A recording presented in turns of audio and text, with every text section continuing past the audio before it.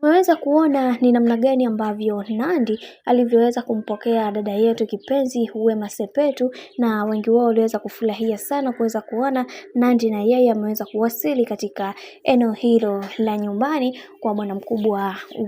Wema Whozu. Lakini tuliweza kuona Nandy aliweza kufika pia hospitalini kwa dada yetu Wema Sepetu, lakini sasa hivi akaona si tija mimi kuweza kwenda nyumbani kwa bwana mkubwa Whozu, kwa sababu kuna mambo mengi yameweza kutokea katika maisha na wengi wao walitamani kuweza kujua mengi zaidi juu ya hiki ambacho kinachoendelea, na tumeweza kuona baadhi ya watu wengi waliweza kufunguka vingi wakisema kwamba kiukweli tunatakiwa kuweza kujifunza kutokana na makosa, kwani hiki kinachoendelea sasa hivi ni zaidi ya kufuru. Tazama bibie Wema Sepetu alivyokuwa na watu na anapendwa na watu. Hili jambo limeweza kuwatoa watu wengi machozi na wengi wao wakazungumza vingi, wakasema kwamba kiukweli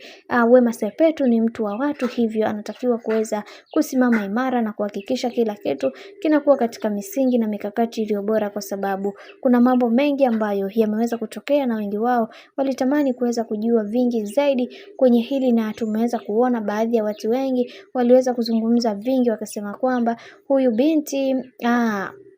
bibie Nandy ni mtu ambaye mwenye akili na misimamo ya hali ya juu, hivyo kwenye hili Mungu ataendelea kumsimamia, japokuwa kuna baadhi ya watu wengi hawakuweza kufika eneo husika, lakini tumeweza kuona yeye kwa upande wake ameweza kupambana na kuweza kufika katika eneo hilo, kwa sababu kuna mambo mengi ambayo yaliweza kutokea na wengi wao walitamani kuweza kujua vingi zaidi juu ya hiki ambacho kinachoendelea. Hayo ndio mambo ambayo sasa hivi yanaendelea kutaradadi katika mitandao ya kijamii kuhusiana na mtoto wa Wema Sepetu pamoja na Wema pia kuweza kupata mtoto, kwa sababu imekuwa kama surprise kwao na hawakuweza kutegemea kama Wema Sepetu angeweza kupata ujauzito kirahisi kiasi hiko, licha ya maneno kuwa mengi juu ya haya ambayo yanayoendelea. Lakini ndo kama hivyo, kadri siku zinavyozidi kwenda ndivyo mambo ambavyo yanavyozidi kupamba moto, na tumeweza kuona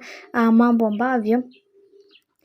yalivyokuwa yanaendelea katika mitandao ya kijamii, ni namna gani ambavyo Wema ameweza kupendwa na ndugu jamaa na marafiki katika kila hatua ya maisha ambayo anayopiga, licha ya watu kuweza kuongea mabaya, lakini bado Mungu aliweza kusimama kwa upande wake na kuweza kuhakikisha kila kitu kinakwenda kuwa sawa zaidi, licha ya watu kuweza kuongea mabaya na kuzusha baadhi ya vitu. Bado huyu bwana pamoja na mke wake Wema aliweza kupambana kuweza kuhakikisha kila kitu kinakwenda kuwa sawa zaidi. Mungu ashukuriwe. Kama ndo mara kwa kwanza, basi usisahau kusubscribe, kulike, kushare pamoja na kucomment.